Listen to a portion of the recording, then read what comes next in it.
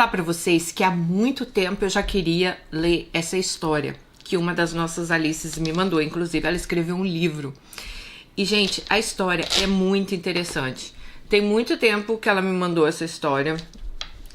E tem pouco tempo que eu consegui também ler, porque ela é muito grande. Mas eu li e fiquei com muita vontade de trazer aqui para vocês. Então, agradeço muito a nossa Alice aí que mandou. E vamos lá à história de hoje. Não sem antes, deixa o joinha, comentários, já sabe, né? Compartilha esse vídeo, mas eu vou começar porque ela é grande, então bora lá. A vontade de escrever me acompanha desde a minha tenra idade. Talvez por ter sufocado meus sentimentos, engolido minhas mágoas, elas, as palavras, resolveram me ajudar a sanar minhas dores. Viraram companhia constante em noites solitárias, onde os pensamentos gritavam com toda a força dentro de mim, num frenesi interminável na busca de serem ouvidas. Eu precisava escrever esses pensamentos, dar a eles uma chance de voarem livres, de fugirem da gaiola do meu eu, de existirem fora de mim. Escrevi aqui muito desses pensamentos e os temperei com umas doses da minha própria imaginação, talvez até os misturados com o que eu gostaria de ter sido de verdade. Se o passado só existe mesmo dentro das nossas cabeças, seria possível reinventá-lo? Eu me dei esse poder. Quando conto minha história, minha vida, meu passado, eu conto como quero. Ele é meu e por isso eu sinto que eu posso manipulá-lo da maneira que eu bem entender. Pode ser que essa cronografia seja mais agradável ou não. Pode ser que seja até mais cruel que a realidade ou não. Quero contá-la, quero se esvoaçar, que se liberte e quem sabe assim possamos viver em paz, minha história e eu. Minha mãe nem sempre foi uma má esposa. No começo do casamento com meu pai, ela se esforçava para cumprir as suas obrigações. Embora isso não fosse natural para ela, como chuva não é natural no deserto. Criada numa família muito pobre no sudeste do Brasil, com descendência de uma tribo tupi-guarani, minha mãe não era considerada uma mulher bonita, mas ela tinha um certo encanto. Seu corpo era um tanto quanto masculino, como se a natureza tivesse se esquecido de provê-la de quantidade necessária de estrogênios, ou seja, o que lá for que configure com a sensualidade feminina. Ela tinha cabelos negros grossos, adornando um rosto fino, lábios com forma triste, uns olhos arregalados, como se o susto de tudo fosse constante, como se a vida surpreendesse negativamente. Seus seios eram pequenos, não desenvolvidos, parados no meio do caminho da sua formação. A falta de feminilidade aborrecia, gerava nela uma mágoa profunda por aquilo. O que fosse que a teria criado, o universo, Deus, seus pais, todos falharam. Todos a traíram. Afinal, o que se faz com a feminilidade escondida em peitinhos minúsculos e traços mal desenhados numa moça cheia de desejos, apenas permitidos às belas donzelas de formas perfeitas. Por isso, criou seu próprio encantamento. Virou arquiteta dela mesma e arrancou das profundezas da insatisfação uma quase beleza. Seu encantamento vinha de uma força que guardava dentro dela, uma vontade enorme de ser desejada, de ser enxergada, de ser amada de verdade. Essa busca por afeto e reconhecimento constante e imensa deu a ela um ar agradável, como uma graciosa que, embora fosse totalmente construída pelo desespero da falta de outros atributos, costumava funcionar para atrair seus pretendentes. Na maioria das vezes, seriam coadjuvantes nos capítulos da história de vida dela. Infelizmente, ela não conseguia manter um relacionamento sério. Os homens brincavam com seus sentimentos, e seu desespero a fazia se entregar a qualquer um que lhe fosse dado o mínimo de atenção. Seu corpo desprovido de lubricidade, ainda que ela fosse jovem, parecia não querer deixar a mulher que ela entendia ser existisse. Como se na sua visão interna ela fosse uma mulher exuberante, sedutora. Ela se via assim em seus devaneios de moça no cio. Mas na sua realidade, o espelho refletia a realidade cruelmente. Ela não passava de uma mulher desnutrida de formas e vantagens. Se desesperava às vezes e chorava sozinha, desencantada e magoada com seu destino injusto. Não aceitava sua condição de quase bonita. Ela queria que a beleza chegasse e a salvasse da solidão, a solidão de o ser invisível. Ela queria olhar de desejo os homens maduros, de lobos famintos por belas meninas do interior. Ela queria ser desejada, querida. Uma vez, às vésperas de seus 15 anos, um homem de aparência decente e carro bonito lhe ofereceu um chocolate enquanto ela caminhava para a escola. Ela entrou no carro, pegou os doces e pagou com aquele corpo subdesenvolvido e pequeno. E percebeu que o homem, em seus momentos de insanidade sexual, a chamou de linda. Linda ela? Desprovida, desnutrida, desinteressante, como poderia ela ser linda? Só depois ela entendeu. Depois de muitas vezes de encontro no carro, depois de muitas horas de sexo unilateralmente satisfatório, de maratonas exaustivas de orgasmo, ela entendeu que a beleza a que ele se referia vinha da sua sexualidade. Descobriu então que, embora não cativasse os olhos, ela possuía um atributo incontestavelmente atraente. Ela aprendeu a se dar de uma forma completa, uma entrega tão absoluta que deixava os homens loucos. Se existiam as belas jovens que se perpetuavam nas memórias dos parceiros por causa da beleza, minha mãe se fazia memorável por causa da sua concessão na hora do sexo. Ela se doava tanto e tão profundamente que o sujeito a levava com ele. Ficava impregnada nele, com o cheiro que se apega numa roupa, e ele precisava repetir o momento outra vez.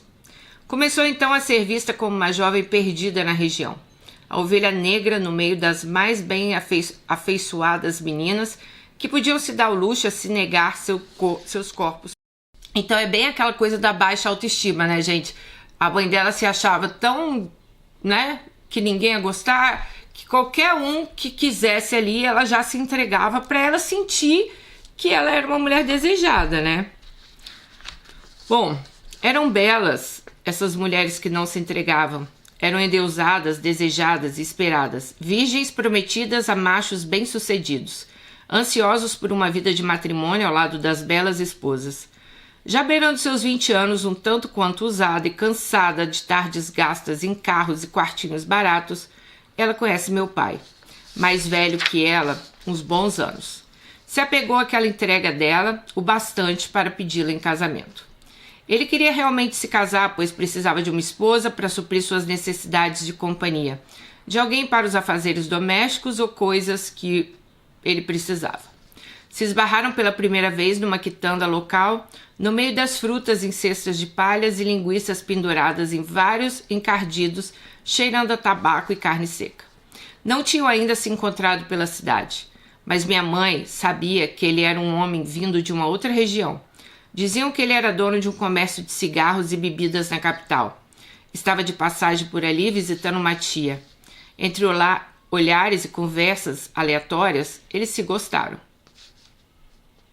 Quando meu pai voltou para a capital, algumas semanas depois, ele levou minha mãe com ele. Começaram suas vidas numa casinha pequena atrás da loja que meu pai possuía. O negócio começou a crescer e com ele cresceu a ausência e a indiferença do meu pai. Mês após mês, ano após ano, mais e mais se afastavam. Meu pai, além de comercializar seus produtos, trabalhava como agiota.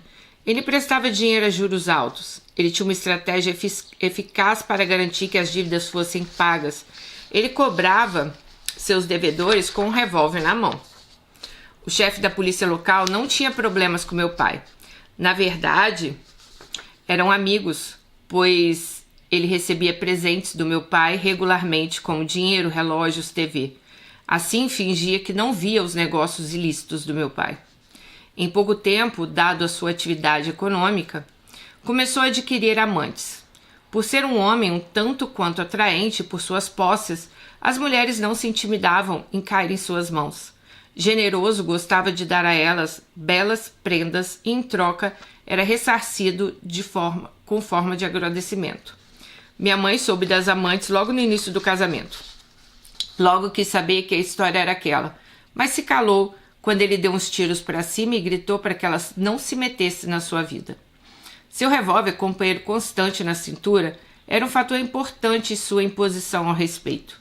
Afinal, fica mais fácil ser respeitado quando se mira, quando se vê na mira de um atirador. Ela então aprendeu a não comentar mais o assunto até que ele conheceu Wanda. Minha mãe descobriu o nome da amante enquanto ouvia a ligação do meu pai na extensão do telefone. E descobriu mais ainda, meu pai estava apaixonado por aquela mulher. Disse isso a ela antes de desligar, e o telefone caiu das mãos da minha mãe. Uma coisa era fazer sexo fora do casamento, outra coisa era ele se apaixonar. No começo do casamento, eles ainda faziam sexo, ele e minha mãe. Mas depois que ele conheceu Wanda, ele passou a ignorar minha mãe completamente. Diziam que Wanda era muito bonita, pele morena clara, cabelos negros até a cintura, olhos esverdeados e um corpo praticamente perfeito. Minha mãe, embora nunca tivesse visto, sabia que ela devia ser perfeita para que meu pai fosse tão apaixonado. Às vezes meu pai fazia sexo com a minha mãe quando estava bêbado, mas sempre pensando em Wanda.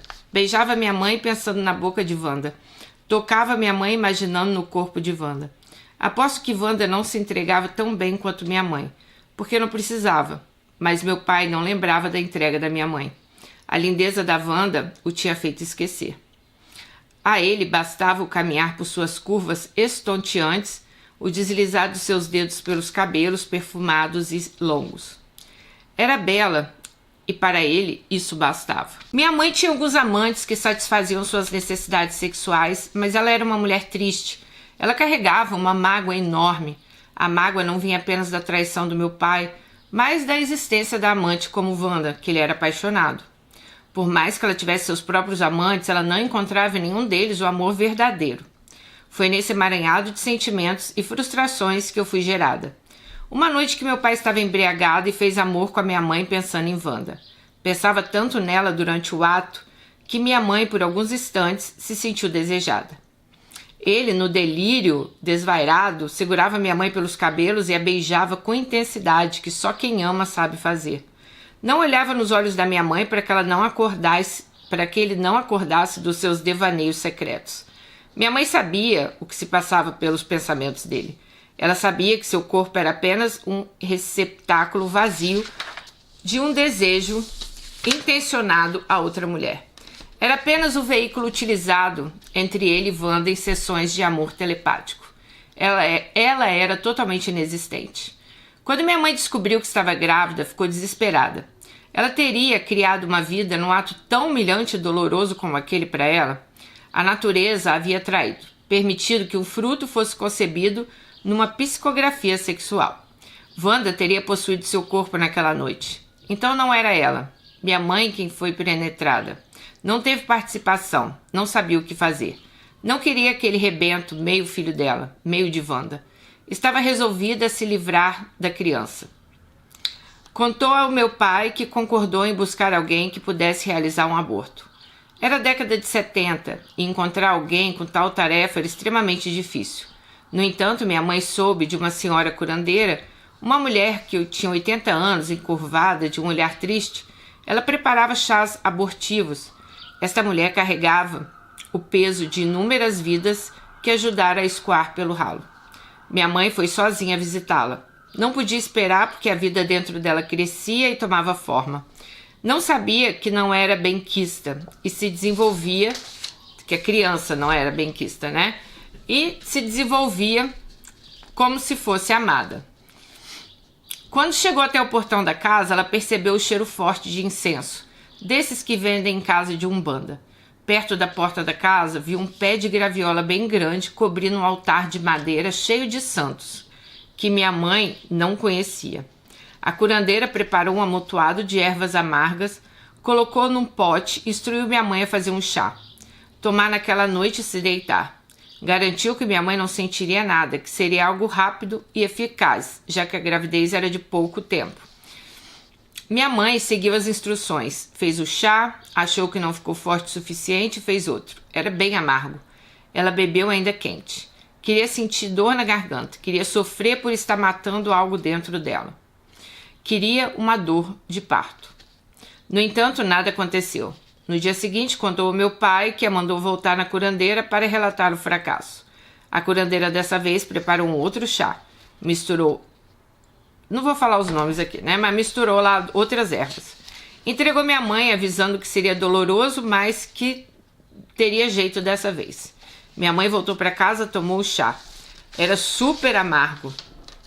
O líquido passou queimando pela sua garganta abaixo, abrindo um encalço árdido e doloroso. Tinha também um pouco de suas lágrimas, e esse tempero salgado o fez ficar ainda mais intragável. Chorou muito enquanto as dores a consumiam. Teve febre durante a noite, dor de cabeça, calafrios. Achou que certamente teria êxito na sua investida. Pela manhã teria que colher o fruto da sua falta de amor. Teria que se livrar daquele ódio embrionário. No entanto, novamente de manhã, nenhum bebê nasceu. Mais uma vez, disse ao meu pai que nada tinha acontecido. Essa saga não apenas destacou a precariedade da vida e a desesperança que permeava na existência da minha mãe, mas também o peso das suas escolhas e as marcas que tudo aquilo deixava em seu corpo e sua alma. Cada tentativa frustrada de abortar não era apenas um ato físico, mas uma metáfora da sua própria luta para se livrar das correntes invisíveis que apreendiam uma vida de desamor e sofrimento. Meu pai já estava abalado pela situação. Disse que procuraria outra alternativa. Soube então de uma outra senhora que usava uma sonda para realizar, né? Tá. Foi nesse momento que ela sentiu um movimento no ventre. Não tinha certeza se era mesmo um movimento fetal. Colocou a mão na barriga e apertou. E sentiu novamente. E pensou: o bebê está vivo. Esse bebê quer viver. Ela então mudou de ideia. Não concordou em visitar a aborteira. Era um sinal de Deus, ela pensou. Acreditou que aquele ser dentro do seu corpo seria a salvação do seu casamento. Talvez fosse a esperança que ela tanto buscava. Um remendo, um restauro. Essa recusa marcou um momento decisivo. Uma vislumbrante esperança em meio ao desespero. Meu pai buscava soluções radicais. Minha mãe, no seu íntimo, começava a perceber que aquela vida que carregava não era apenas um fardo, mas uma centelha de aguardo que algum tipo de mudança daria. Ela queria agora aquele filho. O movimento dentro dela não era apenas um sinal físico, mas uma translação de resistência e sobrevivência. Um grito silencioso. Minha mãe então decidiu que não iria mais procurar nenhuma forma para fazer aquele aborto. A gravidez seguiu seu curso natural, sem grandes infortúnios. Meu pai mal a olhava. Eles dormiam há tempos em camas separadas, por isso não corria o risco de tocá-la. Ela, por sua vez, encontrou em seu próprio ventre uma companhia que era quase um amigo imaginário. Seu feto passou a ser sua amiga fiel, sempre pronta a ouvir suas lamúrias e a dividir suas mágoas. Enquanto seu corpo, ainda não nascido, se remexia no ventre da mãe, ela e a mãe, né? Nós duas dividimos as tristezas que só as mulheres rejeitadas conhecem. Então, eu e minha mãe, naquele momento, a gente se tornava cúmplice. Mesmo ela lá dentro ainda, a mãe grávida, né? No dia do meu nascimento foi marcado por nervosismo e angústia. Meu pai passou infindáveis horas daquele dia de outubro cinzento na sala de espera do hospital, angustiado por notícias. Naquela época, ele não podia entrar na sala de parto. Ele estava preocupado, pois minha mãe havia dito que se eu nascesse com algum problema, ela o culparia. Para seu alívio, a única diferença em mim era um dedo extra em cada mão. Então, eu nasci com 12 dedinhos. Esses dedos extras foram removidos logo após meu nascimento. E meu pai ficou aliviado por eu não ter nenhum problema sério. Os primeiros meses da minha existência foram marcados por brigas, traições e rejeições. Nada tinha mudado. Mas meu pai passou a se dedicar um pouco mais tempo em casa, com sua família despedaçada. Eu não acho que tinha amor por mim, mas ele se esforçava para construir algum tipo de laço paternal com o fruto do seu desejo direcionado à mulher errada. Porque, né, na cabeça da mãe dela, ele queria ter engravidado a outra, né? Eu era para ele a lembrança de não ter como esposa a mulher que ele realmente amava. Eu era o símbolo do fracasso emocional do meu pai.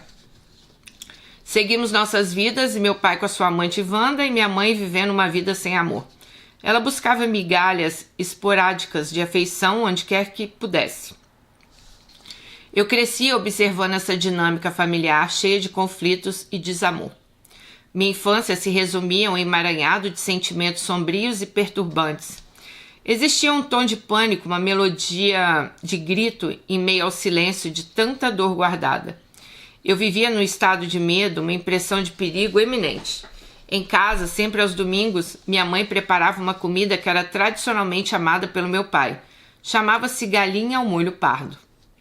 Literalmente ao molho do sangue da ave, que era coletado fresquinho direto da árvore recém-decapitada. Cabia à minha mãe o abate do bicho. Era dela a obrigação desde o finamento até o preparo da galinha. Existem vários rituais envolvidos na execução desse prato macabro. Gente, eu já comi galinha ao molho pardo. Minha avó fazia. Ela cortava o pescoço da galinha e eu assistia aquela cena sinistra. Aos domingos pela manhã, o moço do galinheiro trazia uma galinha viva. Minha mãe levava a galinha nos fundos do quintal com as asas amarradas, punha a galinha no chão, pisava nas asas com o pé, colocava um pires sobre o pescoço da bicha e passava a faca sem dó. Eu ficava agachada num canto observando aquela cena horrível. A galinha estremecendo e aquele sangue esguichando. Minha mãe agia como se fosse uma coisa normal. Tinha se acostumado àquilo desde que aprendera com a própria mãe dela a arte de matar. Enquanto a vida da galinha se esvaiava lentamente, eu ficava imaginando para onde iria aquela vida, para onde seguiria. Será que a vida acabava aqui ou teria um paraíso das galinhas? E quando eu comesse o ensopado, seria eu então esse Éden perpétuo? Eu tinha medo de galinha morta, dos seus olhos vitrificados, ficavam me olhando em busca de socorro. Eu tinha medo do cheiro forte, da pré-morte, das fezes, dos sons agudos, desesperados. Bom, depois da eliminação da vida da penosa, minha mãe arrancava dela as penas em grandes chumaços, revelando aquela pele enrugada e nua. Depois de totalmente depenada, a defunta era queimada por fora, brevemente, para sapecar toda a penugem que ficava por trás. Dali seguia para a cozinha para ser desmembrada e cozida. Eu puxava um banquinho de madeira baixinho para ver minha mãe fazer o prato favorito do meu pai. Mamãe esmagava alho no socador misturado com um pouquinho de sal. Juntava caldo de limão galego, pimenta do reino e temperava essa mistura naquele cadáver galináceo. Picava a cebola branca bem fininha e refogava numa panela bem grande com um fio de azeite. Ela juntava os pedaços temperados e acrescentava água fervente até cobrir. Cozinhava por uns bons 30 minutos, e então acrescentava cenouras e as batatas, um pimentão picado, uma folha de louro, pimenta vermelha e sal. O caldo fervia até reduzir um pouco, e depois, aquela ave já tenra, entravam os temperos verdes e o sangue reservado. Ia para o último para não talhar. Transformava aquilo num caldo claro, numa sopa sanguinolenta e sombria, tal qual a lava de um vulcão vivo. Ela preparava também uma polenta grossa de fubá mimoso para acompanhar o ensopado e servia também com uma farinha fina bem temperada. Eu fazia uma oração antes de comer, não de agradecimento, mas de penitência à alma da galinha. Depois eu comia aquele prato. O caldo espesso com sabor metálico era interessante, quase gostoso, mas trazia com o sabor uma nota de extinção bastante sombria. Era como comer a própria morte. Mas eu comia porque era parte da minha vida. A verdade é que o ser humano se acostuma com tudo, até com o horror, o pânico e a tristeza. O que se aprende na infância se carrega a vida inteira. Vira uma mala que precisa ser levada na viagem da existência, uma mala pesada, desconfortável, mas quase impossível de ser deixada para trás. Se transforma numa posse doentia por sentimentos que, mesmo negativos, nos levam novamente a um lugar que somente nosso íntimo conhece. E nessa dor, às vezes, reencontramos parte da nossa vida esquecida num tempo tão passado que parece não ter existido. Mas que ao ser remexido, emerge novamente num eco silencioso que faz a alma estremecer. As brigas dos meus pais me faziam esconder num cantinho de casa. Eu me escondia igual um pintinho tentando se livrar da chuva. Sabe, quando o pintinho se esconde embaixo de um arbusto? Eu não entendia muito o que se passava, mas ao mesmo tempo eu entendia tudo. Desde muito pequena, eu já sabia de todos os relacionamentos extraconjugais deles, tanto do meu pai quanto da minha mãe.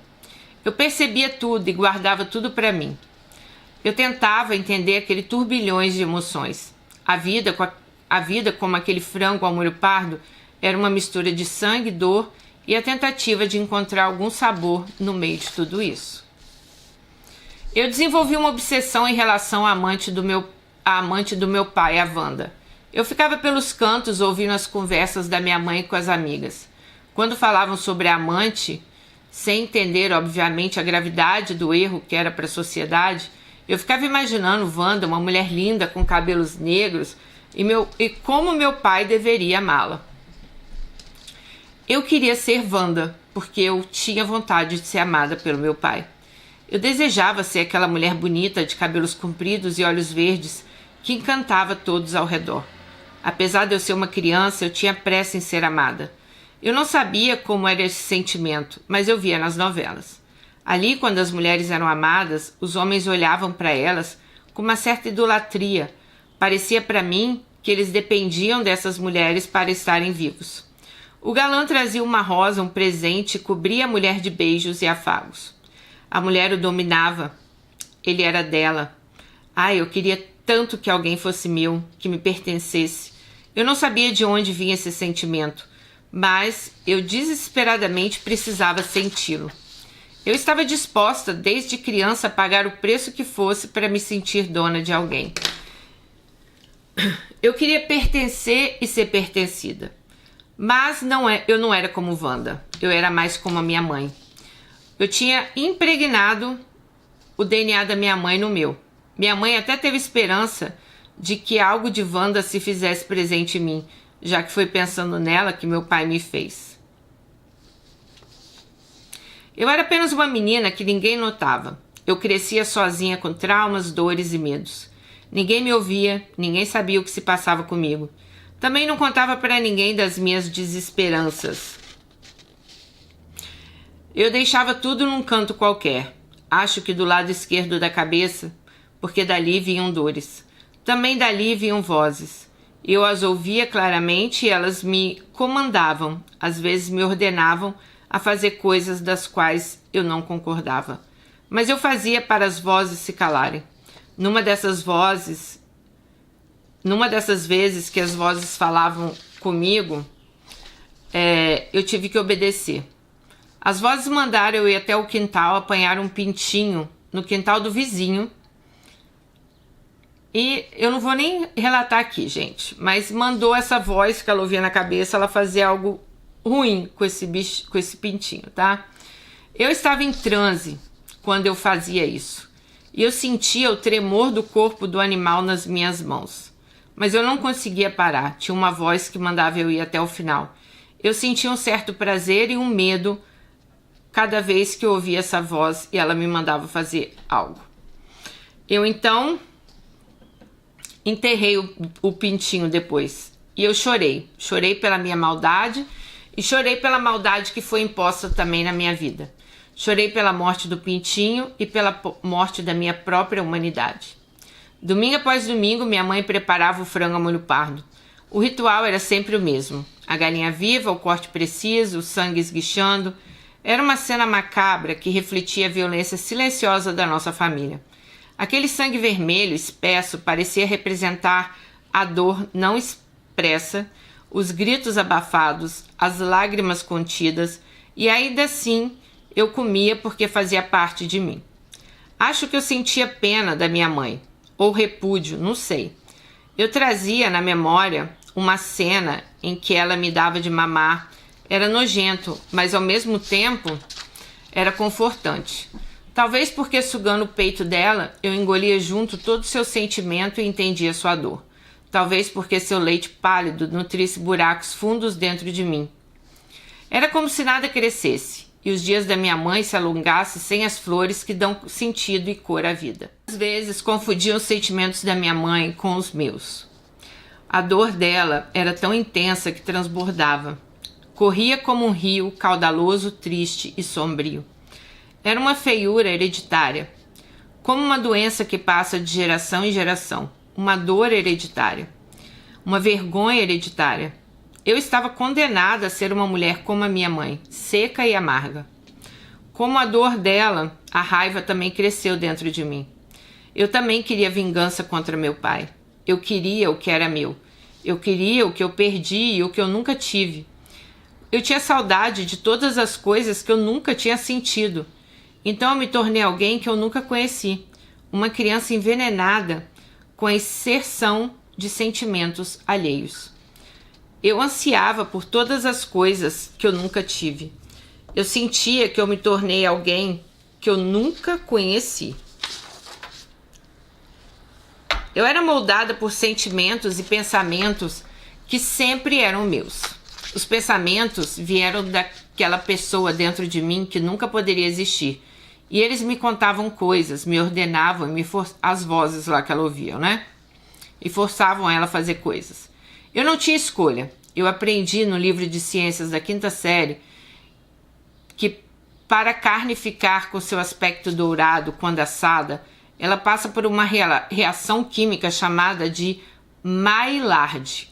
Temperatura e tempo transformam ingredientes simples em algo completamente novo. Eu também estava sendo transformada. O tempo e o calor das brigas, das decepções e da dor lentamente me cozinhavam. Mudavam a minha essência. Em pouco tempo, todos entenderiam que algo mais estava errado. E não eram apenas os dedos extras. Minha transformação foi além do físico. Era uma mudança profunda, emocional e psicológica. A raiva, o desespero, a solidão. Era como se o fogo que queimava incessantemente, alterando quem eu era no nível mais fundamental. Como uma reação química inevitável.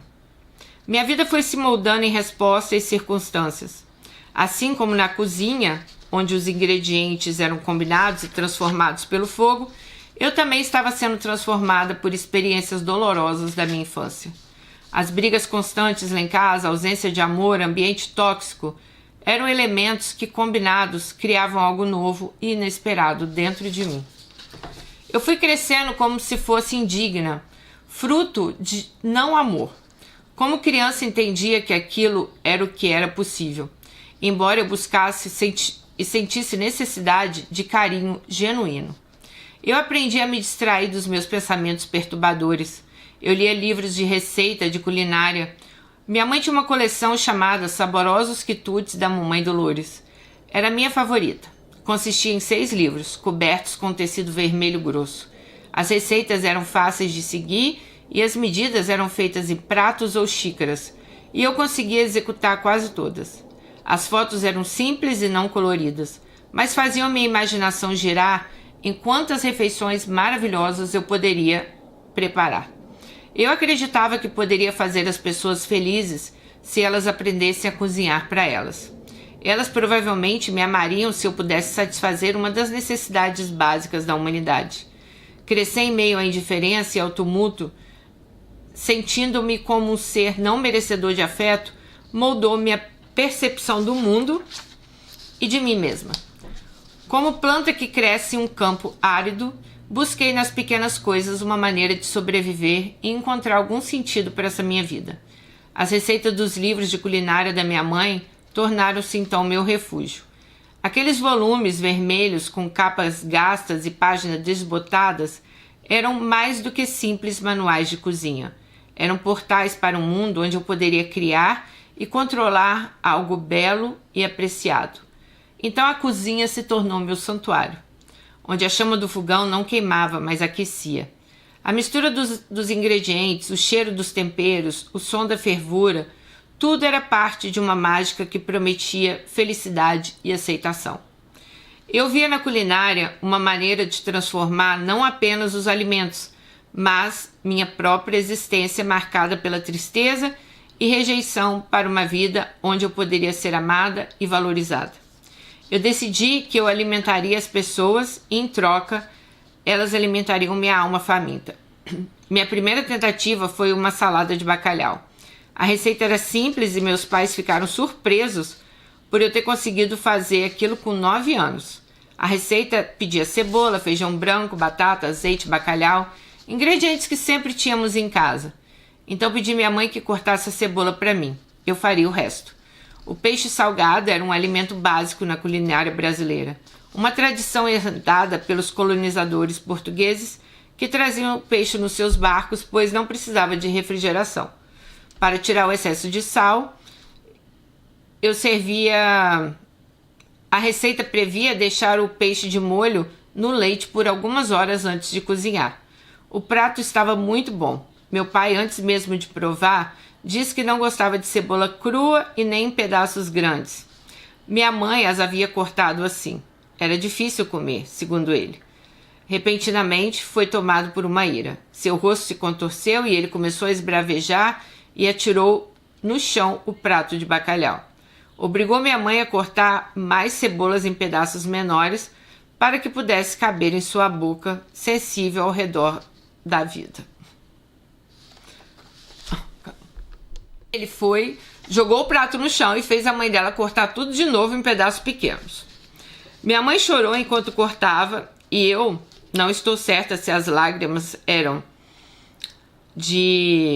devido à cebola, né, ou à tristeza. Mesmo assim, em silêncio, ela obedeceu e lhe ofereceu um novo prato, agora com uma cebola refogada em lágrimas e no óleo quente. Ele comeu em silêncio e engoliu tudo. A tristeza da minha mãe também vinha de coisas quebradas, de sentimentos fatiados, de sonhos picados. De qualquer forma, as lágrimas vinham de esmagar alguma coisa, ela mesmo ou as cebolas. Fiquei desapontada por não ter cortado as cebolas sozinhas, era meu dever. Eu sabia que as cebolas tinham que ser cortadas em pedacinhos bem pequenos para serem servidas cruas.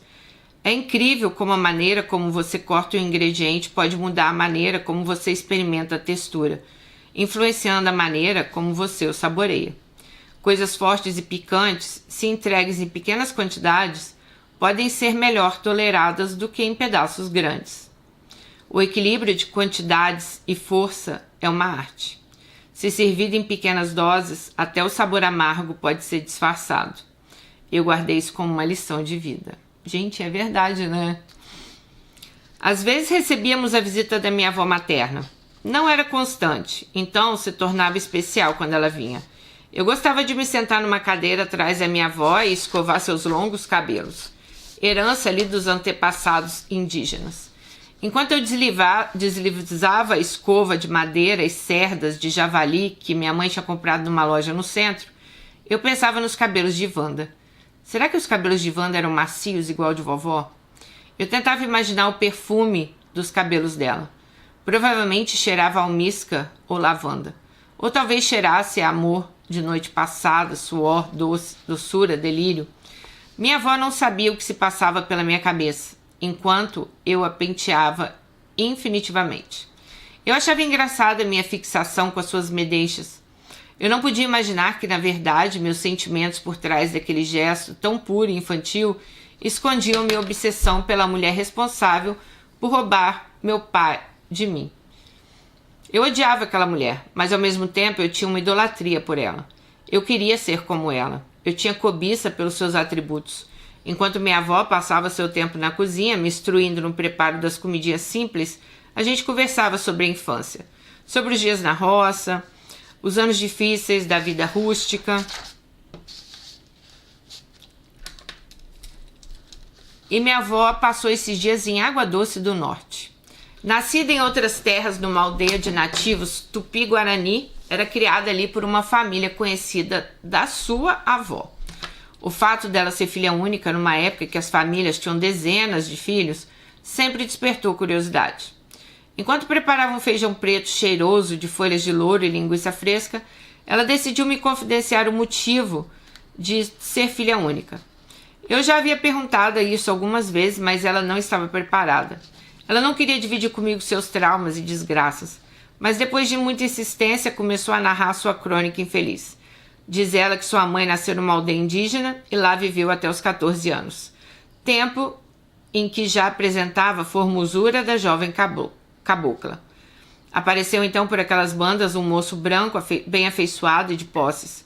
Carregou a jovenzinha índia com ele quando ele foi embora. lá nos quintos da sua propriedade, onde quer que fosse, a tomou como esposa e fez dela uma filha, minha avó.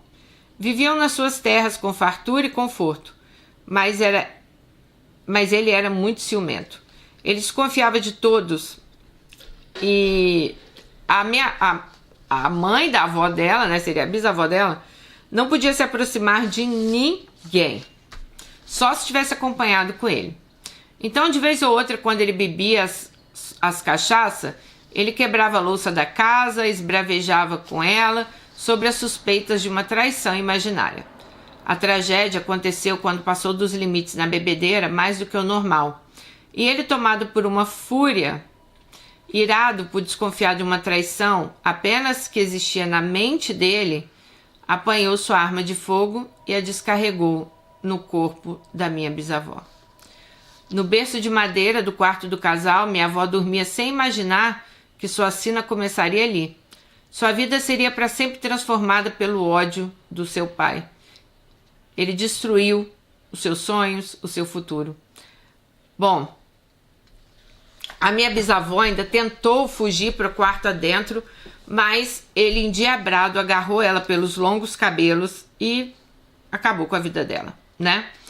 Então apanhou a criança que chorava ali, sem saber que a mãe já nem existia, né? Levou para que fosse cuidada por parentes. E lá na tribo da minha bisavó, nem ficaram sabendo do que tinha acontecido. Então ele fugiu ileso. Foi para outras terras onde ninguém conhecia e sabia do seu pecado. Então minha avó cresceu sobre uma nuvem negra de solidão e medo, que nem ela mesma sabia de onde vinham. Ela não tinha irmãos, não tinha família e aprendeu desde cedo sobre a maldade dos homens contra as mulheres. A falta da mãe lhe doía a alma e se refletia em seus olhos negros e profundos. Ela entendia que a morte era um destino inevitável desde criança, então ela não tinha medo disso. O que realmente amedrontava era a vida que seguiria depois dela. A ideia de ser esquecida, de tudo seguir em frente sem se incomodar com o fato de que a mãe dela não existira mais, era um tormento, sabe? Se o mundo inteiro morresse ao mesmo tempo, acho que o medo da morte desapareceria, ponderava ela nos seus pensamentos. Talvez ela estivesse certa. Ainda hoje ouvi dizer que nenhuma dor ultrapassa a dor da morte. O medo da morte reside na solidão que ela impõe, na angústia da gente ser apagado da memória de quem pensávamos ser relevantes um dia. Temos medo de pensar que o sol vai continuar a brilhar, o aluguel vai continuar vencendo, a música vai continuar tocando e, para você, é o fim da jornada. O esquecimento é uma verdadeira tragédia. Ontem, né, eu ouvi uma mulher dizendo o seguinte. Ontem fez, acho que 1 ano que a filha dela de 20 anos morreu. Aí ela tava postando assim que é muito louco isso, né? Porque ela falou assim, pra ela, a vida dela parou naquele dia que a filha dela morreu. Mas a vida das pessoas continuam. As pessoas continuam vivendo, né? Trabalha, tudo. As pessoas vivem, né? A morte, infelizmente, a vida acaba ali para quem morre, né? E quem tá vivo tem que continuar vivendo. E eu entendi esse sentimento dela, né? Deve ser muito difícil você olhar e falar assim, nossa, para todo mundo a vida tá igual, mas para ela que perdeu uma filha, como que a vida tá diferente ali, né? Aí vem mais uma vez eu contar aquela história para vocês que eu aprendi lá em Varanasi, na Índia, né? Quando eu fui lá, da questão deles cremarem um corpo, jogar cinzas para trás e andar sem olhar para trás.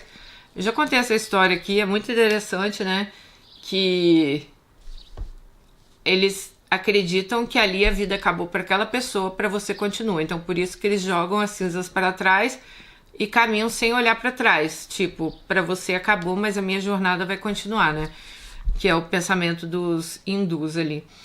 Mas é muito isso mesmo, né? É muito difícil, assim, você pensar, nossa, eu perdi uma pessoa que eu amo tanto, a vida de todo mundo continua a mesma e a sua mudou tanto. É igual eu penso quando eu perdi meu pai nossa, a vida de todo mundo continua a mesma. E a minha mudou assim completamente, né? Porque tudo que aconteceu depois da morte do meu pai aconteceu porque eu não tinha mais o meu pai ali comigo, porque a minha vida teve que mudar. Então é muito louco assim você pensar nessas coisas, né?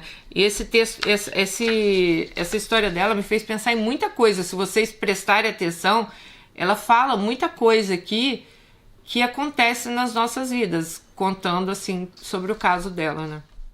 A morte é apenas o fim da jornada.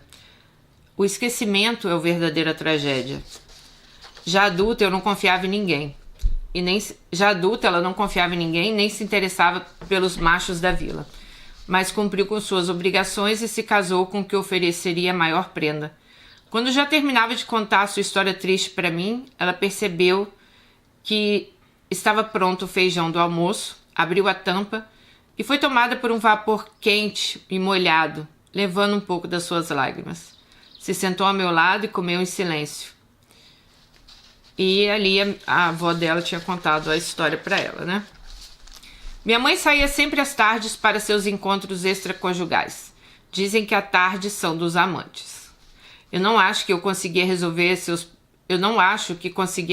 problemas sexo-afetivos, mas era o que conseguia para aliviar suas necessidades físicas e emocionais. Eu li em algum lugar que a sociedade humana é a única que estabelece regras para normalizar o tesão. Nem sempre se pode controlar os impulsos animais que insistentemente sussurram ordens escandalosas nos seus ouvidos. Por vezes ela saía com uma calça preta bem justa e batom vermelho escuro, pintava os cabelos num castanho e arrumava os cachos soltos que adornavam seu rosto moreno e assustado. Ela voltava sempre antes do almoço. Ela voltava sempre antes do começo da novela das 6 e já se trocava em roupas de casa e se apressava para preparar o jantar e servir a meu pai. Ele chegava faminto. Com certeza chegava da casa de Wanda. E estava, sim, faminto, provavelmente pela exaustão física da sua devota amante. Eu gostava que minha mãe preparasse uma carne de panela e uma salada de feijão. E ele comia tão prazerosamente quanto o sexo que ele tinha feito horas antes. Mamãe não tinha esse apetite todo. Sentava-se à mesa, brincava com o garfo, fingia comer, empurrava a comida de um lado para o outro. Ficava imaginando quais as técnicas sexuais usadas pela rival para que o parceiro ficasse tão faminto e bem-humorado. Nos dias em que era privado de se encontrar com Wanda por qualquer razão, meu pai ficava com a cara amarrada e não tinha apetite. Sintoma certeiro da paixão reprimida. Imaginava estar no canto do quarto assistindo às obscenidades, aprendendo com Wanda a arte de trepar direito. Se trepasse direito, conseguiria segurar o marido. Disso eu tinha certeza. A amante não sabia cozinhar, mas isso não interessava meu pai. Ele tinha em casa, né? Comida, casa, roupa lavada, passada. E na rua ele tinha a amante dele, a Wanda, né?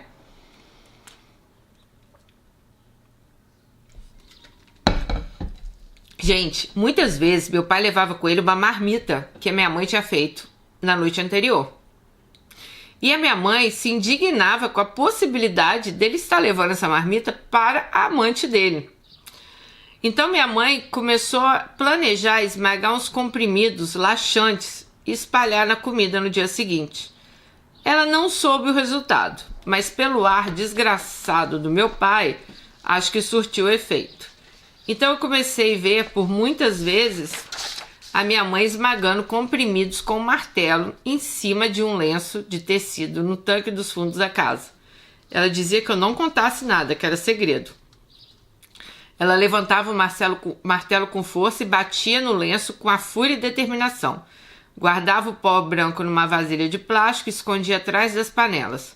E eu, esporadicamente, ela usava aquilo. Tive um impulso absurdo de abrir a vasilha e misturar metade do pó no leite do gato, que vinha às vezes no quintal quando tinha fome. Eu descobri ali que não se tratava apenas de laxativos que minha mãe guardava naquele potinho. Papai não era um homem muito instruído. Parou de estudar um pouco antes de terminar a 4ª série, porque precisava contribuir com dinheiro em casa e começou a trabalhar numa quitanda. Ele aprendeu desde fábulas e contos religiosos e gibis infantis a revistas eróticas, né? Então o conhecimento do meu pai era esse aí. Então, essa era o nível ali de aprendizado do pai dela. Gibi, revista erótica, era isso aí. No final de outubro foi meu aniversário. Já tinha aprendido naquela época a fazer cobertura de bolo bem gostosa. Mamãe e vovó então se apressaram para fazer meu bolo favorito. Eu gostava muito de bolo de baunilha, daquelas baunilhas baratas mesmo, que tem mais álcool do que baunilha de verdade. Aquela pura que vem de Madagascar e preserva por muito tempo o aroma forte da flor. O recheio era de doce de leite feito em casa, cozinhando a lata de leite condensado na panela de pressão. Nunca tendo muita certeza se o doce estava consistente o bastante, gerando aquela expectativa enorme para abrir a lata ainda quente. Eu mesma fiz o glacê branquinho de creme de chantilly. Mamãe tinha comprado uma batedeira daquelas da Arno, super moderna e eficaz. Era a primeira vez que usava o equipamento. Eu bati demais e vi o creminho virar uma manteiga grossa e endurecida. Aí bati novamente, dessa vez misturando o creme de leite fresco, o açúcar de confeiteiro e a falsa baunilha. Aí ela falou que ficou aquele chantilly bonito, né? Orgulhosa, ajudei as duas a espalhar a cobertura no bolo recém-recheado. Estava tudo cheiroso e fofinho. Depois guardá-lo na geladeira para comemorar no dia seguinte. Nos sentamos à mesa para assistir a novela. Papai não estava em casa. Enquanto eu ouvia as palavras da música de abertura, eu ficava imaginando se ele estava lá na segunda casa dele. Gente, a novela dessa época era Coração Alado. Aí ela falou que se arrepiava ouvir Fagner cantando: "Ah, coração alado, desfolharei meus olhos." Nossa, essa novela é antiga, hein? Nesse escuro véu não acredito mais no fogo ingênuo da paixão. São tantas ilusões perdidas na lembrança. Nossa, Fagner, maravilhoso. Bom, então ela ouvia lá essa música, né, de Fagner, e ela falou que dava até arrepio nela, assim. E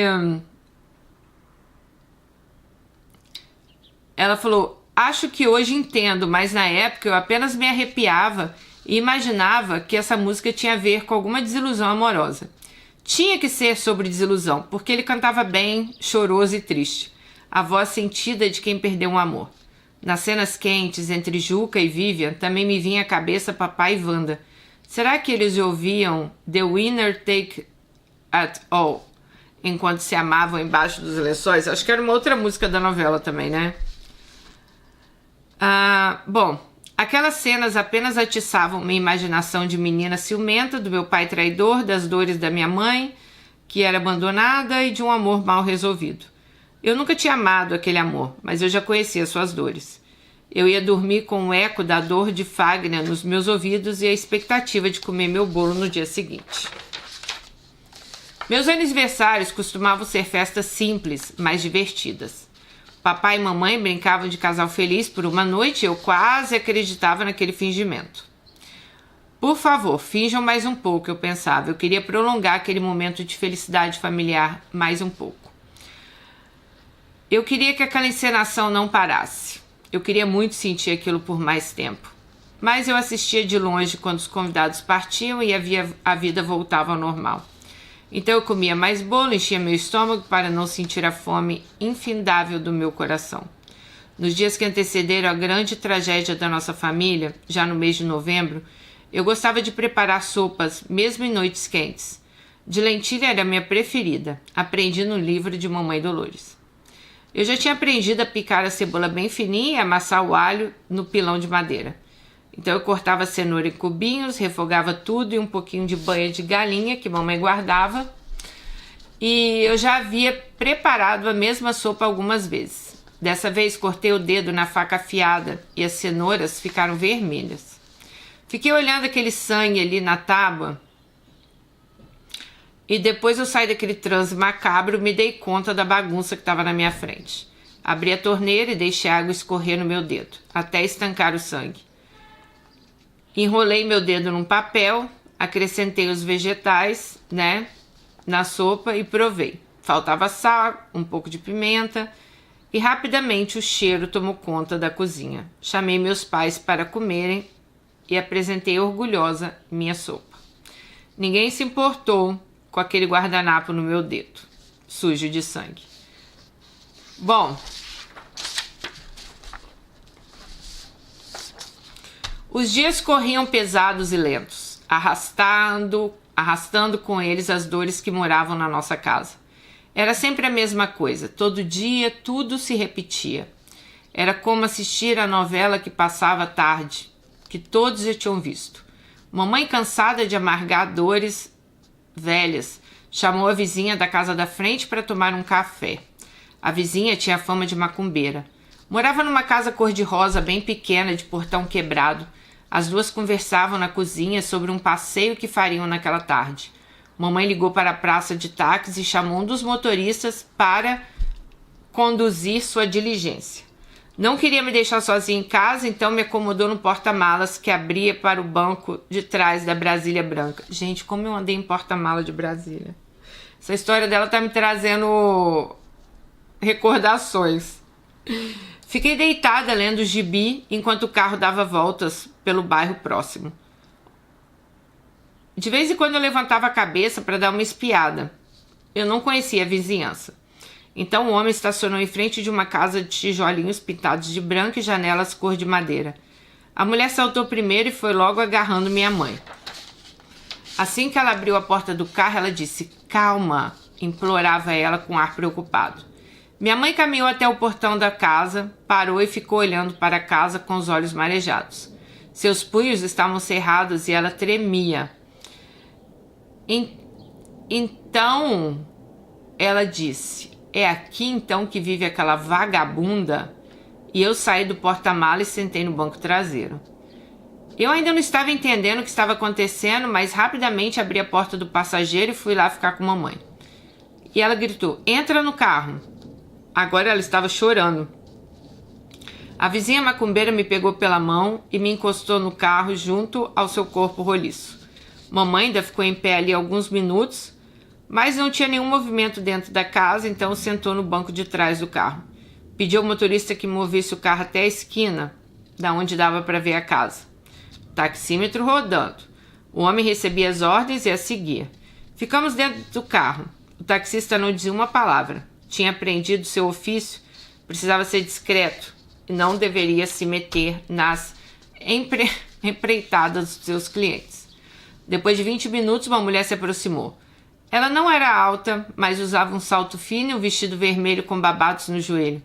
Um decote profundo dava a ela um ar de mulher fatal. Minha mãe se remexeu e disse: "É ela." A mulher andava um pouco mais à frente de um homem jovem que logo se juntou a ela. E eles entraram na casa. E minha mãe falou: "Nossa, então ela também trai meu marido? A amante trai o amante, né?" Minha mãe então resmungou e disse: "Vamos embora." Quando chegamos em casa, a vizinha entrou primeiro e preparou um copo de água com açúcar para minha mãe. Eu esperava que ela preparasse algo mais elaborado, digno de sua fama de feitiços, mas foi apenas uma mistura caseira para a mamãe ficar mais calma. Minha mãe continuava nervosa e chorava muito. Então, aquela era a Wanda, a mulher de vestido vermelho que vimos em frente à casa de tijolos. Não me pareceu como todos a descreviam. Na minha imaginação, ela era bem mais alta e agressiva. Me arrependi de não ter corrido para fora e agarrado ela pelo vestido e trazido para perto de mim para sentir seu perfume. Eu sempre imaginava o perfume da mulher que roubava meu pai da convivência da nossa família. Mas então quem era aquele homem que entrou com ela? Então Wanda também não era fiel ao meu pai? Ficava fácil para ela a infidelidade, já que meu pai apenas ia lá depois do trabalho.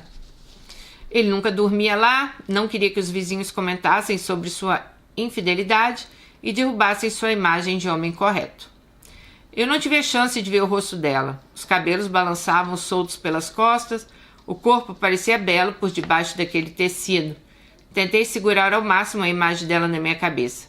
Queria pensar nela à noite para tentar sonhar sonhos em que eu a matava com as minhas próprias mãos, apertando aquele pescoço dela.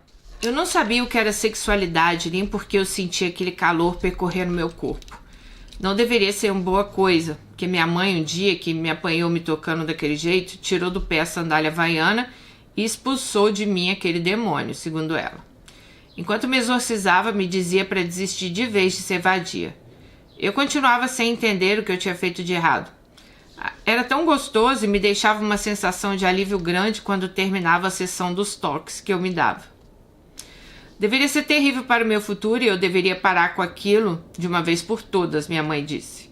Eu tentava não pensar mais em coisas que me despertassem esses desejos demoníacos. Eu conseguiria vencer os expulsos, embora na minha mente, lugar onde ninguém mais pisava além de mim mesma, se passassem cenas eróticas e mundanas. Às vezes eu rezava pedindo que essa cena saísse dos meus pensamentos. Eu não queria mais assistir ao filme do meu pai fazendo sexo com a amante. Vi uma vez na novela uma cena dessas e penei para dormir. Meu pai praticava tiro-alvo nos fundos do quintal. Atirava num ponto preto que desenhava num muro branco. Ele ficava orgulhoso quando acertava e falava na mosca. Cada dia dava um passo atrás a mais, para aperfeiçoar seus dotes de atirador. Ele era bom de mira e mantinha seu revólver num local seguro dentro de casa. Nesses momentos, perdia totalmente a noção do certo ou errado e transformava numa espécie de lampião moderno, cangaceiro, justiceiro. Ele gostava de usar um chapéu no estilo Al Capone, que somava ao ar de mafioso. Algumas vezes o álcool subia muito rápido ao cérebro e o justiceiro dava lugar ao encrenqueiro, e esse era muito temido por todos. Numa dessas vezes, ele convidou um senhor para vir até a nossa casa. O homem era um tremendo católico, daqueles que anda com Bíblia embaixo do braço. Ele veio, se sentou na mesa dos fundos do quintal, embaixo do pé de carambola. Papai começou a questioná-lo sobre sua fé. Queria saber se ela era mesmo fiel. O pobre tremia e se dizia completamente devoto. Meu pai encheu um copo grande de cerveja gelada que tinha ao seu lado. O líquido borbulhou no topo do copo e escapuliu um pouco pelos lados, molhando a toalha de mesa. Meu pai estava completamente convencido de que poderia abalar a fé daquele homem, fazendo com que ele bebesse a cerveja como se fosse um ritual do batismo. E ordenou: bebe. Ele disse: eu não posso, minha religião não permite. Papai retirou lentamente o revólver 38 da cintura e colocou em cima da mesa, perto da poça de cerveja. Apontou para o revólver e disse em voz baixa: bebe. Então o homem ergueu a mão trêmula em direção ao copo. Precisou da ajuda da outra mão, quase deixando cair a cerveja. Antes de levar o copo à boca, ele fez bem baixinho uma oração, que parecia o Pai Nosso, mas eu não tenho certeza. E começou a beber aquele líquido. E não conseguia impedir que se esvaiasse pelos cantos da boca, né? A bebida amarga descia repugnante pela goela daquele homem, enquanto ele chorava. Papai assistia a cena se deliciando com o tamanho do poder que ele conseguia exercer naquele homem. E adorou, acho que, ver que alguém estava com medo dele. Bom, medo da arma dele, né? Parecia possuído por um espírito, talvez Exu, tranca-rua, sei lá. Ou talvez só estivesse possuído pelo seu verdadeiro espírito, que se escondia quando ele estava sóbrio e se manifestava em ocasiões especiais. Seja lá o que fosse, não era bom para quem estivesse perto. O pobre coitado do homem bebeu tudo em 3 goles, tendo que segurar ao final do terceiro para não vomitar. Depois de terminar a tarefa, teve permissão do meu pai para ir embora e ficou em casa sem sair por um bom tempo. Ele ficou escondido de vergonha. Meu pai se sentiu vitorioso e forte. Tinha conseguido mais uma vítima fraca para mostrar sua força. Isso também pode ser chamado de covardia. Minha mãe soube por uma conhecida da rua de trás que Wanda tinha levado umas bufetadas no meu pai. Aparentemente, outras pessoas também tinham visto de namorico com o tal rapaz que a gente viu. Não parecia ser nada sério porque meu pai aparentou mau humor apenas por uma semana e depois disso voltou a passar na casa da amante. Vira e mexe levava uma vasilha plástica cheia de comida para a amada. Aquilo me gerava um ódio extremo. Parecia ser mais abusivo do que a traição. Sabe, levar comida preparada pela minha mãe para a amante? E que petulância dessa mulher em aceitar ainda em comer. Foi só depois de muitas marmitas e indignações que eu resolvi despejar um pouco do pó guardado por trás das panelas que ele levava. Comecei colocando bem pouquinho, mas de acordo com o aumento do meu ódio, eu aumentava. Não sei se minha mãe desconfiava do sumiço dos pozinhos, mas vira e mexe eu apanhava ela esmagando mais pós na bancada do tanque. E eu ficava orgulhosa. Estávamos unidas na tarefa de proporcionar muita dor de barriga para aqueles pombinhos. Pelo menos era isso que eu achava que poderia acontecer. Mas também eu nem me importava. Não tinha simpatia por eles. Tinha outros sentimentos. Eu tinha revolta, tinha ciúmes, ou sei lá, idolatria, mas eu não tinha simpatia. As caixas vazias que eu vi jogadas no lixo eram diazepam e Benadryl. E acho que eram essas as pílulas que ela esmagava. Procurei pelo lixo pela bula, mas não encontrei. Mas ouvi dizer que qualquer remédio em quantidade grande podia fazer estragos fatais. O problema era disfarçar o gosto amargo das cápsulas esmigalhadas no meio da comida. Eu nunca vi minha mãe adicionar o pó na comida. Mas para que ela ia esmagar o pó? Acho que ela não ia deixar aquilo guardado. Ela ia usar em algum momento, né? O clima lá em casa estava cada vez mais pesado. Meus pais nem se falavam mais. Era como uma música antiga de Lindomar Castilho: camas separadas, beijos sem calor, camas separadas, fim do nosso amor. Eu não me sentia bem dentro daquela casa. Não tinha ali o abrigo de que eu precisava. Muitas vezes eu assistia meu pai desmontar sua Taurus calibre 38 e colocar na mesa do lado de fora para secar o óleo da máquina que ele havia injetado na arma. O cheiro do óleo tomava conta e ficava tudo marcado em mim. Aquilo tinha uma ameaça de tragédia para mim. Eu tinha medo do que ele poderia fazer com aquele revólver. Na verdade, eu tinha pavor da ideia de ver ele usando aquilo contra minha mãe. A mãe dela, gente, falava que não tinha medo de revólver, mas tinha medo de faca, né? O medo pode ser uma coisa boa, uma defesa instintiva. Sem ele, a gente viraria desbravadores inconsequentes, dispostos a enfrentar desafios com um heroísmo idiota. Eu queria que ela se amedrontasse, que ficasse quieta, que não encarasse meu pai de frente, que de vez em quando ela baixasse a cabeça, sabe? Ou parasse de esbravejar os ventos, as coisas absurdas que ela costumava dizer. Mas a minha mãe não concordava com a minha estratégia covarde. Ela enfrentava meu pai, olhava ele de frente, direto nos olhos, devolvendo a ele a fúria insana e infinita. Era uma guerra de ódio e culpa diária. Era cansativo, duro, desigual. Eu era uma espectadora e também uma vítima. Eu já tinha feito a minha aposta de quem ganharia aquela batalha, mas eu tinha medo de dizer. Enquanto o final da história estivesse preso apenas no meu pensamento, não teria por que me preocupar. Eu precisava cuidar para que não saísse, não escapasse de alguma forma e se tornasse realidade. Era minha responsabilidade manter aqueles pensamentos num canto bem fundo, onde ninguém conseguisse acessá-los e trazê-los para a realidade. E se tivesse o poder mágico de tornar meus pesadelos uma vida real? E se tivesse nascido bruxa afetada por chás malignos tomados pela minha mãe, mergulhada em um ventre cheio de rejeição e angústia, tentando desesperadamente sobreviver aos ataques que eu nem sabia de onde vinham? Acho que por isso eu nasci com dedos extras. Devem ter sido criados na tentativa de me agarrar à vida, de me segurar às existências. Mas os cortaram e já não existia mais. Então fiquei sem ter o que me segurar. Sem meu porto seguro, sem ninguém. Eu só tinha uma vontade louca de ser amada. Vocês repararam que a história toda de Alice é baseada na falta de amor que ela teve em casa. O pai com a amante, a mãe com os amantes, e ninguém se preocupava com ela, né? E foram contar pra ela ainda a história que quase tentaram abortar. Então, eu acho que isso mexeu muito com a cabeça dela, sabe? É aquela situação assim, gente, eu só quero ser amada. Por que que... E a amante era a mulher que tirou o amor do pai, né? Tirou meu pai de casa, tirou o amor que meu pai tinha pela gente, né?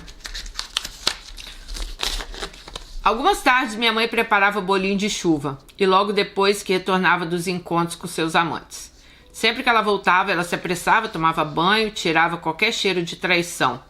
Tinha uma aparência mais leve, menos feliz, quase alegre. Menos infeliz, né? Isso também me alegrava. Eu abraçava minha mãe e tentava sentir um pouquinho daquele cheiro de amor proibido que estivesse fixado ainda nela.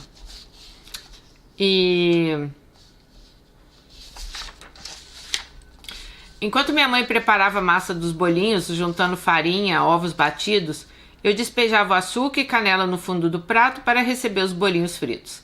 Então ela colocava pó real, leite já adoçado, mexia tudo até ficar satisfeita com a consistência. Apanhava uma panelinha funda e manchada pelo fogo alto, bem amassada de alumínio batido, e despejava nela metade de uma lata de óleo. Ficava parado um tempo olhando o óleo esquentar, imaginando como seria depositar aquele óleo fervendo num fio do ouvido do meu pai. Primeiro eu colocaria uma boa quantidade de comprimidos esmagados na janta dele, apenas para que ele ficasse sonolento. Eu esperaria ele dormir nos quartinhos dos fundos, entraria lá, deitaria ao seu lado, abraçaria ele por trás numa conchinha e pingaria um óleo fumejante no ouvido dele abaixo. Acho que a minha mãe imaginava isso. Eu acho que talvez fosse eu que imaginasse. Ela apenas olhava o óleo borbulhando num transe enigmático. Fritava os bolinhos até ficar dourados, colocava no fundo do prato. Comíamos os bolinhos escutando a voz de Sidney Magal, perdida nos nossos pensamentos. Às vezes aos domingos meu pai cozinhava. Eram dias mais descontraídos, em que ele tocava música alta na vitrola, engolia conhaque com leite quente. Gostava de preparar uma muqueca de badejo bem perfumada, com pimenta dedo de moça, bastante coentro. Dizia o povo da minha cidade que muqueca somente capixaba, o resto é peixada. Ah, amiga, eu sou capixaba e eu concordo, tá? Na nossa não se colocava leite de coco, como no norte e nordeste. Papai forrava o fundo de uma panela de barro bem grande com cebolas cortadas em fatias grossas e bastante azeite. Depois que as cebolas ficavam transparentes, juntava-se alho, socado com sal, refogava com tomates, deixava cozinhar demais e dizia que peixe não se cozinhava por menos de 40 minutos, mas o resultado era bom. O caldo era grosso e aquele arroz fresquinho era muito bom, tá? Bom, somente muito tempo depois, fui descobrir que ninguém comia polenta com muqueca, mas era uma tradição na minha casa. Eu adorava aqueles dias que a gente comia juntos. A gente ficava alheio aos problemas do cotidiano, das brigas, das traições. Era um dia maravilhoso. A comida sempre teve o poder de nos trazer a algum lugar comum, onde nossos objetivos se cruzavam e a bandeira da paz era içada. Enquanto se mastigava o almoço, engolindo tudo que se sentia junto com aquela muqueca e a polenta, né? Era tudo muito misturado. Uma salada de coisas não ditas, de ressentimentos, de desejos reprimidos. Após o almoço, mamãe servia um pudim de leite que ela tinha preparado no dia anterior. Era o favorito do meu pai. Aquela calda grossa e doce facilmente disfarçava qualquer tipo de pozinho que fosse colocado ali. Eu, cismada, não comia. Eu não confiava em ninguém naquela casa. Todos para mim eram suspeitos. Eu provava com cuidado qualquer colherada de comida que não fosse preparada por mim mesma, tentando decifrar se existia ali algum sabor não familiar. Alimentava o cachorro com um pouquinho de comida fresca, porque se alguém morresse ali, ele ia passar mal primeiro, caso meus pais tentassem se envenenar simultaneamente. Eu vivia num estado de alerta constante, me lembrando que já tinham tentado me tirar a vida com chás abortivos. Estavam todos secretamente desejando o desaparecimento um do outro. Éramos coadjuvantes de um dramalhão. Sabe uma trama de Jeanette Claire? Pois é, era ali em casa. Penso que me menosprezaram. Era uma criança. Eu não tinha por que se preocupar com a minha participação naquela saga de desamor e desencontros. Mas eu não era isso. Essa pequena indefesa e desprotegida que eles pensavam. Desde dentro da barriga, que eu vivi por 9 meses, eu desenvolvi meu instinto de sobrevivência. Eu já nasci lutando por tudo aquilo que pudesse me tirar o pouco que tinha. Não era escolha minha. Era misturado ao meu próprio sangue esse senso de autodefesa totalmente inconsciente, animal mesmo. Papai disse que leu no artigo do jornal que o nome que se dá ao número extra de dedos é polidactília. Minha amiga da primeira série me disse que eu deveria ser filha de bruxa, pois eu tinha que me sentir poderosa por ter nascido com 6 dedos. Eu deveria aprender a preparar poções, realizar rituais. Bom, o pastor da igreja local às vezes vinha aqui em casa. Minha mãe não era de frequentar a congregação, mas pedia ajuda quando as coisas ficavam insustentáveis e suplicava para uma oração. O pastor vinha acompanhado de fiéis. 4 ou 5 se colocavam na sala em círculo, oravam, clamavam a Deus. Um dia apontou como grande problema da discórdia e das traições a calça jeans que minha mãe usava naquela tarde. Disse que o diabo morava naquela calça e que se quisesse se livrar dos problemas conjugais, ela tinha que vestir saia. Achei interessante essa associação do diabo com a calça jeans. A diabólica conexão entre a leves e o capiroto. A calça era tão bonita, justinha, cintura baixa, abrindo uma boca larga. Era jeans escuro com os botões pretos. Minha mãe ficava bonita com aquela calça. Isso deveria agradar o capeta. Ou irritá-lo, vai saber. Só sei que ela guardou a peça de roupa e começou a se vestir mais adequadamente aos desígnios de Deus. O que não mudou muito seu comportamento, né? Já que mesmo de saia ela continuava escapulindo com os amantes. O pastor também realizou um ritual de limpeza espiritual através do benzimento da camisa do meu pai, das camisas. Ele orava segurando as camisas e minha mãe colocava na cama dele dobradinha, pronta para ser usada. Ele vestia e ficava uma ovelhinha, bem calmo e sereno. Mas algumas vezes eu olhava a camisa na cama e resolvia buscar outra no armário, desconfiado da santidade daquela roupa.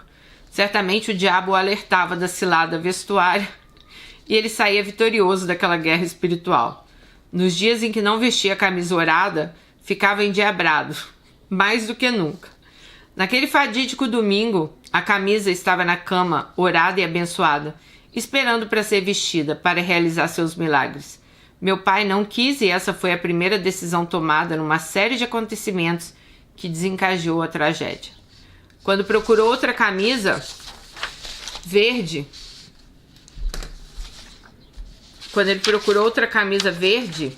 não encontrou e já esbravejou pela casa. Ficou aborrecido.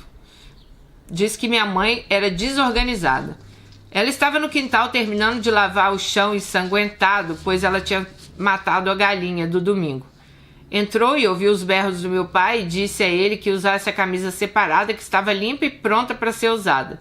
Mas, como resposta, ele deu um tapa de mão aberta no rosto dela. Parecia estar realmente endiabrado, com os olhos de fogo e respiração curta. Minha mãe agarrou a bancada para não cair. Se equilibrou, deixou a cozinha e se trancou no quarto. Colocou a calça jeans, uma blusa vermelha e chamou para si mesmo os demônios para que entrassem em duelo com os demônios do meu pai. Apanhou uma bolsa marrom que estava pendurada atrás da porta e, sem dizer nada, saiu. Meu pai nem tentou detê-la. Parecia feliz com a sua ausência. Ainda num estado de espírito estranho, ele foi na cozinha, preparou ele mesmo a galinha ao molho pardo. Cozinhou por tempo demais, como fazia com peixe. Colocou sal demais, o caldo ficou um pouco amargo, talvez pela raiva transmitida pela colher de pau. Exigiu que eu terminasse o prato adicionando cheiro verde e depois desligasse o fogo e eu obedeci. Ele foi para o quarto depois de engolir um segundo copo de conhaque. Disse que ia tirar um cochilo. Fiquei ali sozinha na cozinha sem saber direito o que estava acontecendo. Eu não sabia para onde minha mãe tinha ido, se ela ia voltar, quanta salsinha eu colocava, o que eu tinha que fazer. Depois que terminei, sentei na mesa e fiquei pensando que minha mãe tinha mesmo me abandonado e que eu seria agora vítima dos abusos do meu pai. Eu pensei, minha mãe me deixou ali com um homem de camisa não orada, vulnerável aos seus rompantes diabólicos e indefesa. Eu deveria então lutar com todas as armas. E eu tinha uma arma muito boa para isso. Papai se levantou 2 horas depois, lavou a cara na pia, tomou um copo de leite, não olhou para mim. Me tratou como se eu fosse invisível. Abriu o armário do canto, pegou uma vasilha plástica com tampa, encheu de comida, meteu dentro de uma bolsa plástica e saiu. Eu fiquei sozinha pela tarde toda. Assisti sessão de desenhos, assisti um pouco do domingo no parque. Sem fome, bebi uma garrafinha de Coca-Cola e me levantei com um pulo quando vi o portão da frente abrir. Meu pai tinha voltado. E ele disse: "Que horas você janta?" Eu respondi que jantava com mamãe, o que me deixou novamente com aqueles olhos de saci. E ele disse: "Mamãe não faz mais parte da nossa família." Quase que no mesmo minuto, o portão se abriu novamente e minha mãe entrou, seguindo direto para o quarto. Ela estava com a aparência exausta, de quem tinha vagado em algum lugar sem destino. Tirou a roupa, vestiu uma camisola preta e longa. Achei estranho escolher aquela camisola, mas acho que tinha necessidade de se sentir bonita ou quisesse atrair piedade através daquele decote.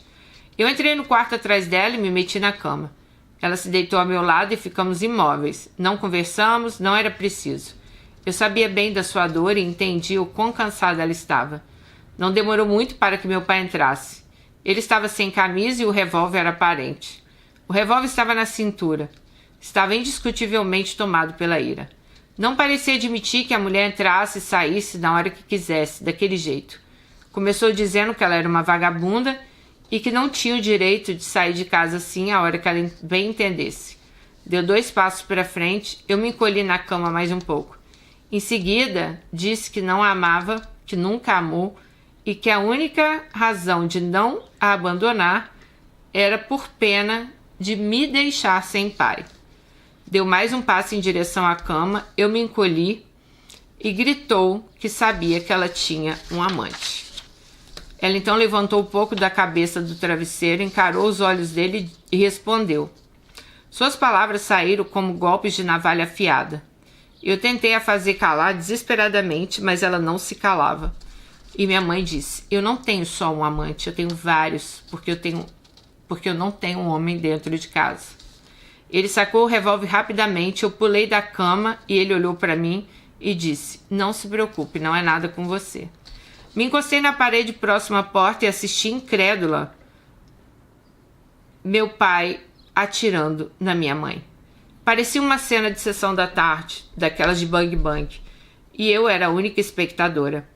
A bala entrou do lado direito da testa, forçando minha mãe violentamente de volta ao travesseiro. Seus olhos se reviraram no movimento mortal. Ainda não conseguia dizer uma palavra, só ficava ali de pé. Eu fiquei esperando as cenas do próximo capítulo, mas aquilo era real. Eu não podia apertar o botão, não podia mudar o canal. Meu pai saiu rapidamente do quarto, tirando um fino de mim. Correu até o quarto dos fundos, apanhou uma pasta de documentos, vestiu a camisa benzida pelo pastor e fugiu correndo pelo portão dos fundos. O vizinho ouviu o tiro e veio correndo. O sangue corria numa linha grossa pela testa da minha mãe. Já tinha ensopado o travesseiro. Me levaram dali da cena do crime para a casa da vizinha, onde eu dormi numa cama cheirando a mofo. No outro dia, minha avó chegou cedo. Já tinha ido ao hospital onde minha mãe estava, e minha mãe estava lutando pela vida. Parecia bem abalada, mas não dizia nada. Não tentava me consolar ou me explicar nada. Apenas foi para minha casa como se minha mãe estivesse de férias em outro país. E talvez ela precisasse ajudar nas tarefas. Bom, o telefone tocou e ela recebeu a notícia que minha mãe ia ficar bem. Os médicos não queriam retirar o projétil, pois não atingiu o cérebro, mas se alojou bem do lado. O risco de morte na remoção seria grande. Ela viveria com a bala na cabeça, mas ficaria bem. Pelo menos foi o que o médico disse à minha avó. Ela ficou atônita, perplexa, quase não acreditou. Estava quase certa que a maldição tinha se repetido. Que a mãe dela tinha morrido também, né, assim. E chorou aliviada por saber que o ciclo tinha se quebrado. Meu pai ligou para casa e quem atendeu foi um vizinho, perguntando quando seria o enterro. Ele tinha fugido para algum lugar, não muito longe. Queria saber os detalhes, fazia questão de pagar as despesas. O vizinho disse, mas ela não morreu, e ele desligou o telefone. Bom, eu vi no noticiário da noite que uma mulher de 30 anos chamada Wanda tinha sido encontrada morta dentro de uma casa de tijolos brancos, bem num bairro próximo. A polícia estava investigando a causa da morte, que poderia ser por envenenamento, já que encontrou uma vasilha de comida vazia perto do corpo. Minha mãe voltou para casa 2 semanas depois. Sua recuperação era lenta. Ela precisava reaprender a andar, comer, como se fosse uma criança. Minha avó então se mudou para a nossa casa e nos ajudava. Cozinhávamos juntas e pela primeira vez na minha curta existência eu desfrutei de um lar com paz. As notícias que tive do meu pai foi que ele estava escondido na cidade que nasceu. Seu amigo delegado não tentou encontrá-lo, provavelmente por ter recebido algum tipo de propina. Éramos agora só nós três, e era bom assim. 3 mulheres marcadas pela dor e pelo desamor, unidas pela misericórdia do destino, pelo mais mirabolante plot twist. A história não tinha acabado da forma mais lógica. Houve uma reviravolta digna de fim de novela. Aí ela fala que começou a tocar aquela música Pavão Misterioso. E ela fala: essa foi a história que eu tinha para contar. Remexi as panelas, cutuquei por detrás delas, encontrei o pozinho branco, estava vazio. Eu não precisava mais dele. E essa é a história da nossa Alice de hoje. Então, se você, ela conta, né, numa narrativa, né, bem escritora, ela escreveu um livro. Mas se vocês prestarem atenção, né, gente, é uma menina que cresceu num lar sem amor, a mãe preocupada que o pai tinha uma amante, então a mãe também tinha lá seus amantes, também tinha lá sua vida. O pai esqueceu que tinha família, esqueceu que tinha uma filha. E a Alice crescendo ali sozinha com seus questionamentos, né, com a sua vida.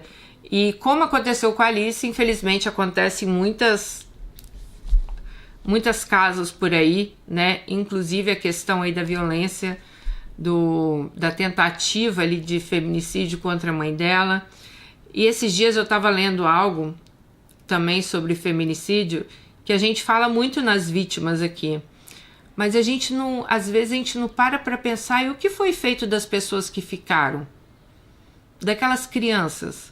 Vocês já imaginaram uma criança de 5, 6 anos, 2 crianças, perderem a mãe e vão perder o pai, porque o pai vai ser preso, a mãe morta. Aquela criança, se ela não tiver uma avó, um avô, né, que peguem ali para criá-la com amor, vocês já pensaram que elas vão passar na mão de várias pessoas? Como vai ser difícil a vida delas, né? Nossa, sabe, eu tava pensando nisso esses dias. Como vai ser difícil a vida dessas crianças? Imagina ter que ficar, né, de casa em casa. E foi o que aconteceu com a avó da Alice aqui, né? Quando perde a mãe ali. E graças a Deus, como diz a Alice, o ciclo foi quebrado, porque ia acontecer com a mãe dela também. E essa questão do ciclo é incrível, porque realmente se repete. Mas, graças a Deus, foi quebrado. Eu espero que vocês tenham gostado da história dela, tá bom? Um super beijo. Fiquem com Deus. Prestem bastante atenções aí nas entrelinhas da história dela, que eu acho que é uma história que ensinou muito pra gente. Ela deixou muitas dicas aí pra gente. Beijo e até o próximo vídeo. Tchau.